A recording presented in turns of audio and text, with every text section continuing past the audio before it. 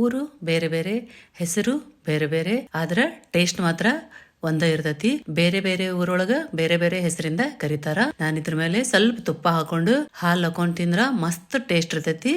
ಬೆಲ್ಲ ಹಾಕಿ ಮಾಡಿರೋದ್ರಿಂದ ಆರೋಗ್ಯಕ್ಕೂ ಭಾಳ ಒಳ್ಳೆಯದು. Hi friends, welcome back to my channel.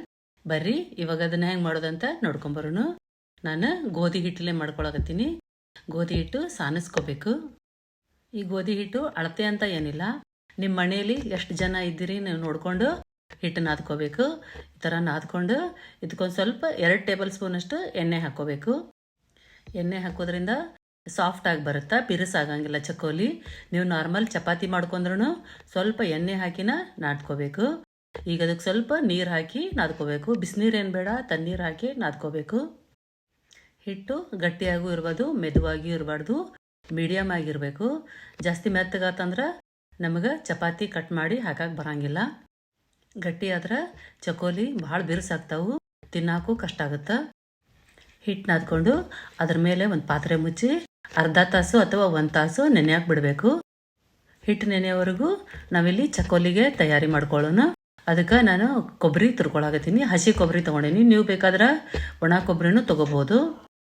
ನಾನು ಬೆಲ್ಲ ಹಾಕಿ ಮಾಡ್ಕೊಳಕತ್ತೀನಿ. ಅದಕ್ಕೆ ಬೆಲ್ಲ ಕಟ್ ಮಾಡ್ಕೊಳಕತ್ತೀನಿ. ನೋಡ್ರಿ ಎಷ್ಟು ಸಾಫ್ಟ್ ಐತಿ ಬೆಲ್ಲ. ಈ ಮಳೆಗಾಲಕ್ಕೆ ಚಳಿಗಾಲಕ್ಕೆ ಸ್ವಲ್ಪ ಸಾಫ್ಟಾಗೇ ಇರ್ತೈತಿ. ನೀವು ಯಾವುದೇ ಅಡುಗೆ ಮಾಡಿದ್ರು ಆಲ್ಮೋಸ್ಟ್ ಬೆಲ್ಲ ಹಾಕೇ ಮಾಡ್ರಿ. ಸಕ್ಕರೆ ಜಾಸ್ತಿ ಯೂಸ್ ಮಾಡಕ್ಕೆ ಹೋಗ್ಬೇಡ್ರಿ.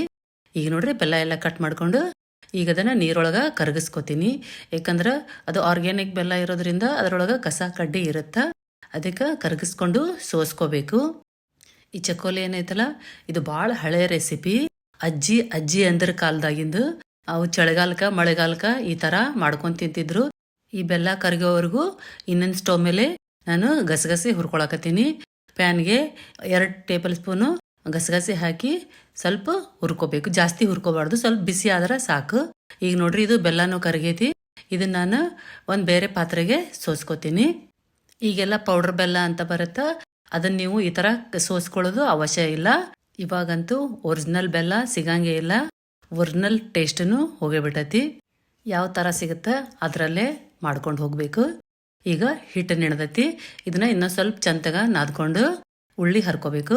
ನೀವು ಯಾವ ಸೈಜಲ್ಲಾದರೂ ಮಾಡ್ಕೋಬೋದು, ಸಣ್ಣದು ದೊಡ್ಡದು ಅಂತ ಏನಿಲ್ಲ. ಆಮೇಲೆ ಶೇಪನು ಯಾವ ಥರ ಬರಬೇಕು ಅಂತ ಏನಿಲ್ಲ, ಮೀಡಿಯಮ್ ಮಾಡ್ಕೋಬೇಕು. ಇದನ್ನ ತೆಳುವು ಮಾಡ್ಕೋಬಾರ್ದು, ದಪ್ಪನೂ ಮಾಡ್ಕೋಬಾರ್ದು. ಈ ಥರ ನೋಡ್ರಿ ಚಕೋಲಿ ಕೊರಿದು ಸ್ಪೂನ್ ಇರುತ್ತಾ, ಇಲ್ಲ ನೀವು ನೈಫಲ್ಲಿ ಏನಾದರೂ ಕಟ್ ಮಾಡ್ಕೋಬೋದು. ಈ ಥರ ನೋಡ್ರಿ, ನೀವು ಯಾವ ಶೇಪಲ್ಲಾದರೂ ಕಟ್ ಮಾಡ್ಕೊಳ್ರಿ.